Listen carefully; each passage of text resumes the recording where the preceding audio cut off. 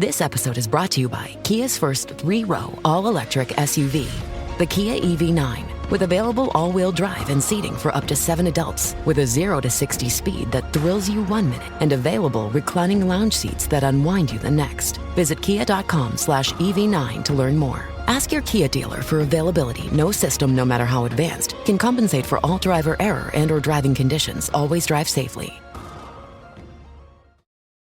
I'm Mo Rocca, and I'm excited to announce Season 4 of my podcast, Mobituaries. I've got a whole new bunch of stories to share with you about the most fascinating people and things who are no longer with us. From famous figures who died on the very same day, to the things I wish would die, like buffets. All that and much more. Listen to Mobituaries with Mo Rocca wherever you get your podcasts.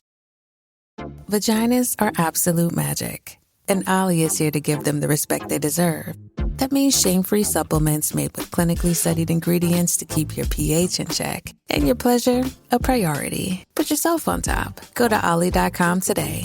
These statements have not been evaluated by the Food and Drug Administration. This product is not intended to diagnose, treat, cure, or prevent any disease. Alright, what's up guys? Welcome to another episode of the TMossBoss Show, and in today's episode, I already did a video talking on this. If you guys want to go check that video out, it is available on my main channel, TMossBoss.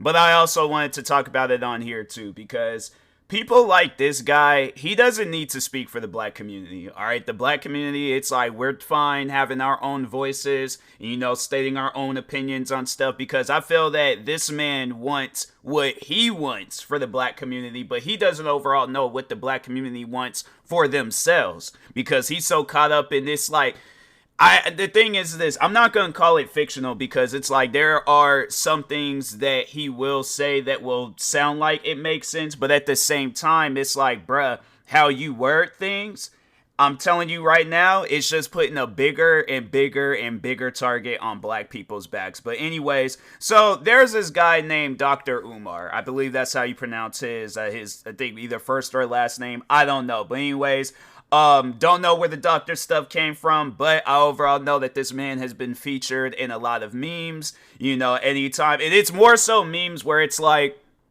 okay, so let's say for an example, there's a video or like just something of an attractive white woman, right? And yeah, then, you know, somebody will share like a meme of that Dr. Umar guy, like, oh, my brothers, we gotta stay strong, don't fall for the tricks, and all this other stuff. And it's like, I've always have seen that as funny, all right? I've always have laughed at that type of stuff, but recently, this man was on Joe Budden's podcast. For those that don't know about Joe Budden's podcast, go check it out. This man be having a lot of if it's not Joe Budden saying something crazy, it's his guest saying something crazy. But so anyways, Dr. Umar goes on to Joe Budden's podcast. Yeah, he did talk about, like, you know, why a black man needs to just date within his race. And if that's how he feels, fam, that is how you feel, okay? That is how you feel, but you can't speak for all black people, because my thing is this, it's if you feel that dating within your race, like if you have any ill feelings towards it, that is that's up to you and God to be handling that type of stuff. Me, I'm not going to lose any sleep over it. If it's me or somebody that I know, if it's the day when I have kids, if they fall for somebody outside their race, bruh, why is that bad? I'm saying it's crazy how, like, people, they'll, like, cause I feel like it'll be people like him, they'll be the main ones saying, like, we're people, we're equal, and we're all this, we're all that, and stuff, but then we'll turn around and say some things like, oh, no, people should only date within their races. Fam, that's flat out racist. That's racism. I'm not hearing anything else about that. People want to say, oh, it's not racist, it's a preference, it's this, it's that. No, it is racism, all right? It is racist. Somebody, like, they have feelings for you, and you're going to turn around and turn them down because of their race. That's racist. Like, there ain't no arguments with that. That is just flat out racism. That ain't no. And the funny thing is like it is like there's proof. It's like, look at the history books, bruh. No, there's this one movie, even though it's a fictional movie. That's one thing that I'll say about fictional movies. Like, if it's like some like alien type movie, then it's like, okay, yeah, that's fictional, you know. But if it's like a fictional movie, but about some real life stuff, the thing is this: although it's fictional, I'm pretty sure there's a lot of people that can relate to them scenes in a fictional movie. And there's this old movie. It's like a think of a 40s or a 50s movie. When did that movie come out? Let me look it up real quick before I actually go any further. Imitation.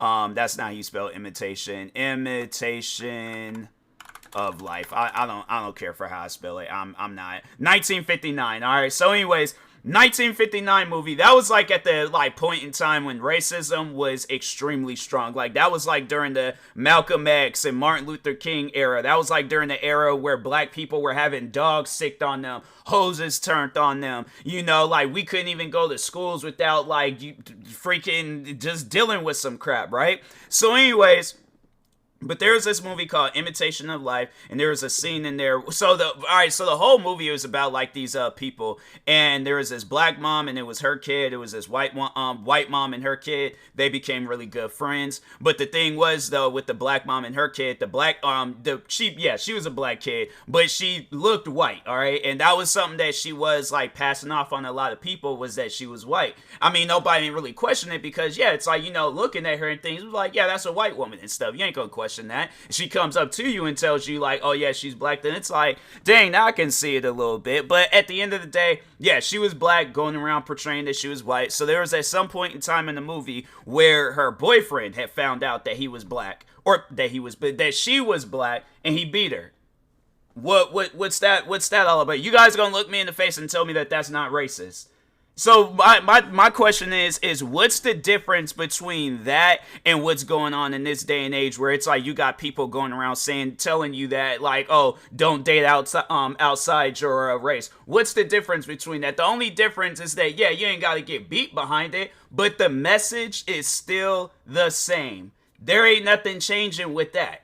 So that's why I'm like, when they try, I just remember a while back where somebody tried telling me that that's not racist to turn somebody down over the color of their skin. And I'm like, that's racist. All right. Because if somebody were to do that same crap to, and I feel like the only reason why that dude was saying that is just to get me upset over my past situations dealing with stuff like that. And I'm like, bruh, look, if you dealt with some stuff like that, you're going to be mad about it. And you're going to call somebody racist over it. I'm not hearing that. You could try to convince somebody else that, but you're not going to convince somebody that actually dealt with that stuff. And literally everybody around them, when they tell them that same exact story, will say that it's racist. So that's why I'm like, bruh, I'm not going to listen to you on what's racist and what's not racist. And I've dealt with racism myself on all forms, different occasions, internet, face to face. I'm saying, bruh, I'm not hearing that. So, but anyways, yeah, this Dr. Umar guy, he's really, really big on that. He's really big on telling people or more so black men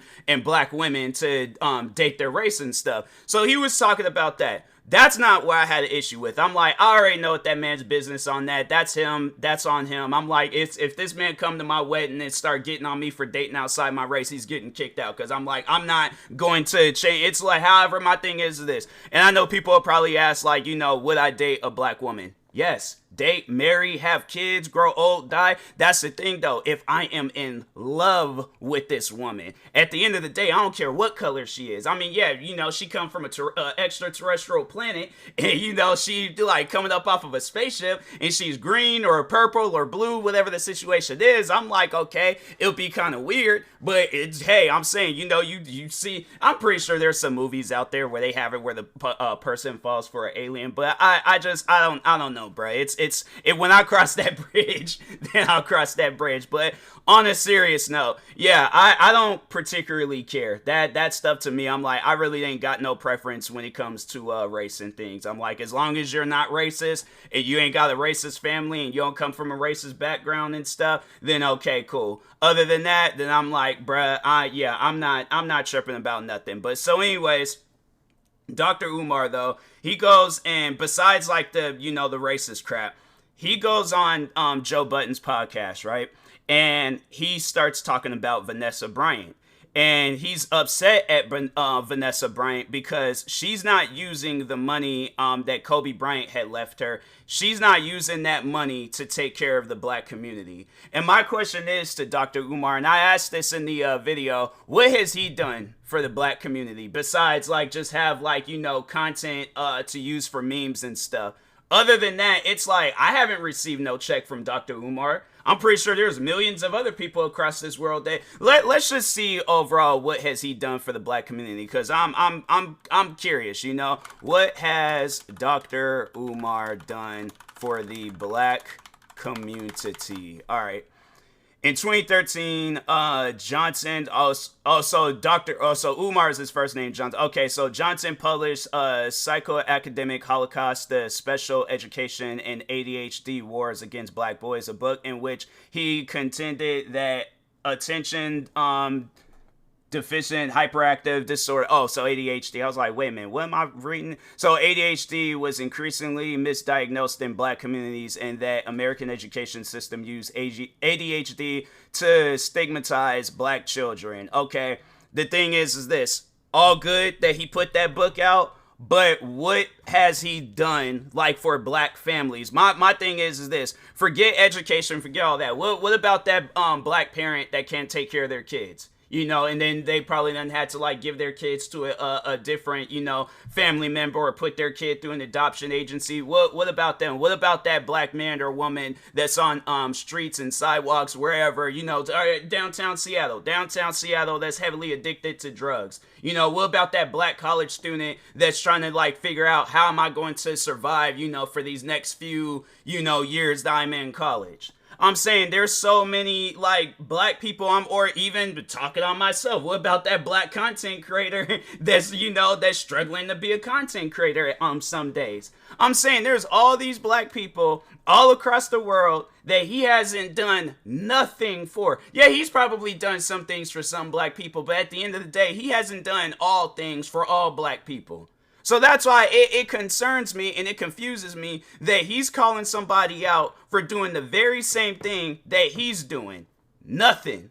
So, and the thing is this, at the end of the day, how do we know that Vanessa Bryant's not doing nothing for the black community? It's not like I got her under 24/7 surveillance. You don't have her under 24/7 surveillance. So at the end of the day, how can you make that assumption? How do you know that for a fact that she's done nothing for the black community?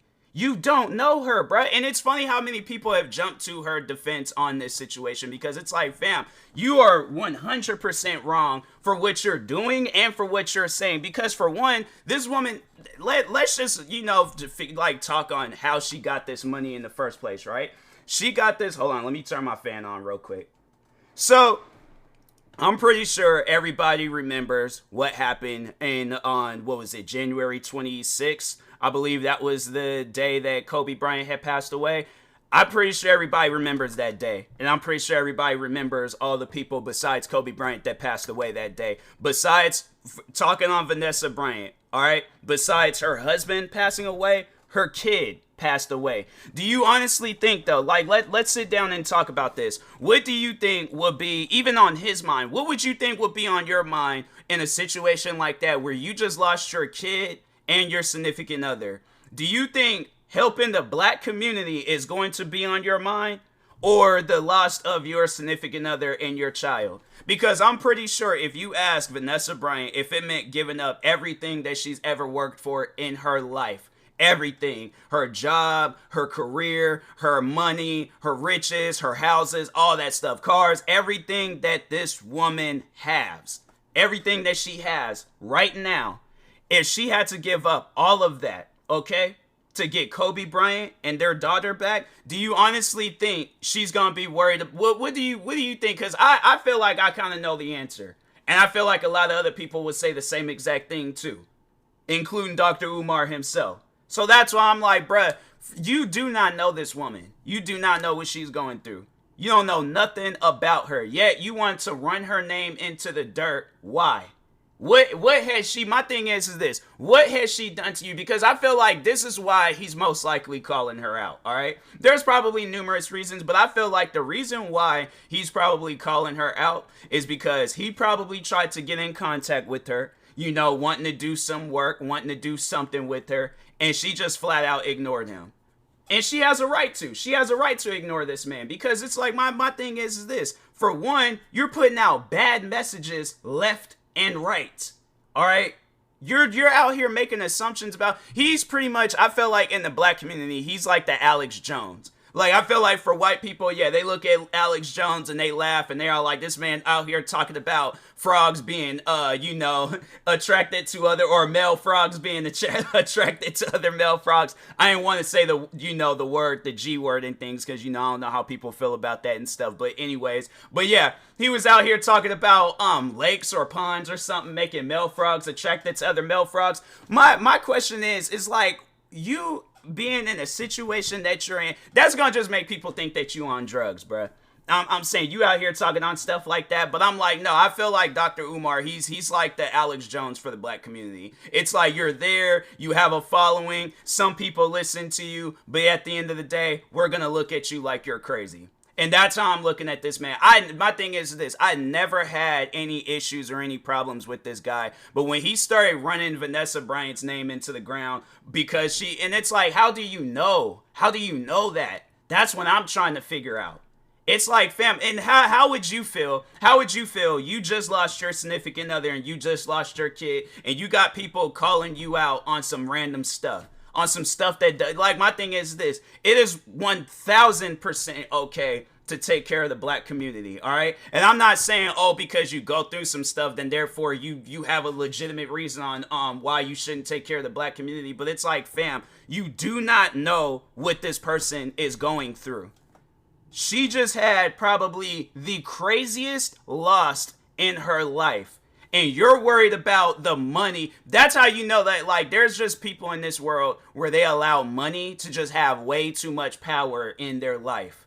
And I'm like, this man done received one too many good checks, and now that's the only thing that he thinks about is how he's gonna make his next few dollars. And he knows that going on Joe Budden's podcast, one of the biggest podcasts in the world, and saying some crazy stuff, because if he goes on there just having a normal conversation with people, he's not gonna make no money off of that. So he's like, oh, well, let me say something crazy. Let me do something crazy. Oh, nobody doesn't really be talking about Vanessa Bryant like that.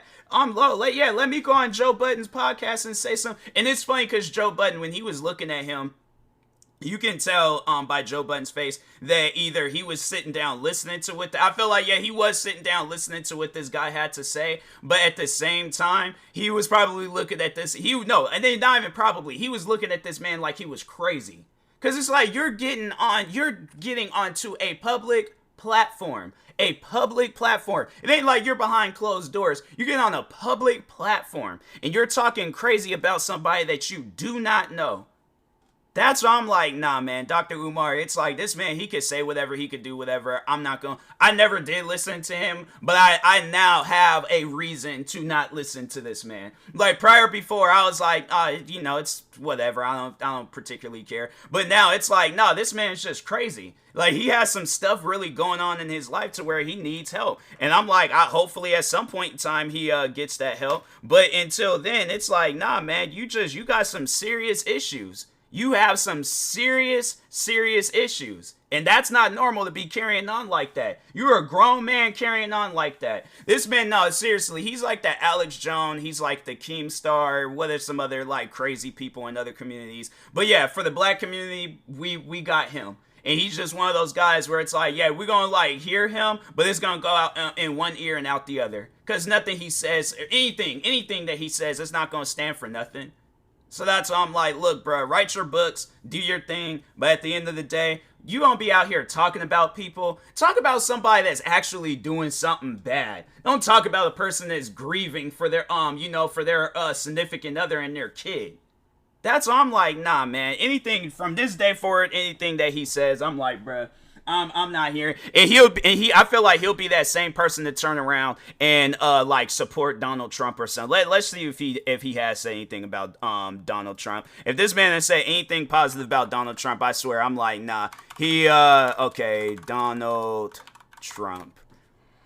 Discuss interracial marriage, President Trump, self-hatred. Oh, he was on The Breakfast Club 6 years ago. Deion Sanders, TJ Holmes. Brittany Griner, he's just, oh no, then they was like, he was talking about Eminem too at some point in time, but no, he hasn't really, it's like, talk about that man, how come he hasn't really said nothing about, he talks on him like one time 6 years ago, but I'm pretty sure he's just gonna be running with Vanessa Bryant's name in his mouth. Let's just see if goes after he said, yeah, there was like, that's just the main thing. It's like that and what he said about Eminem, and he was just over. I think he was saying that about Eminem, that he's not the GOAT of rap, and it's like nobody's really the GOAT of rap. I can't think of nobody that's the GOAT of rap and things. I'm like, but I'm not saying that in a disrespectful way. I'm just saying that because there's so many different people in the rap community. You got people that'll look up to the people that got Eminem started, like Dr. Dre and him. Well, yeah, just mainly Dr. Dre and things, but yeah, they'll look at him as the GOAT of rap, and then you go over a couple, and you see people say Ice Cube is the GOAT of rap. Then you go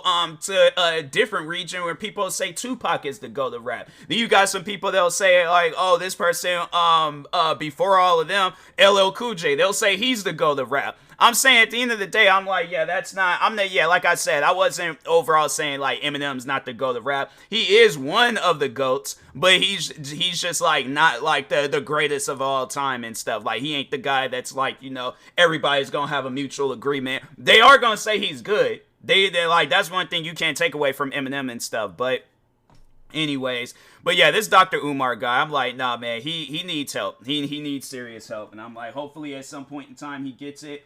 If not, then yeah, this man, he's just a lost cause. So anyways, and that being said, I will talk to y'all later. Thank you guys for watching and or listening. Stay tuned for the next episode. Make sure you follow me across all social media platforms at TMossBoss, and peace.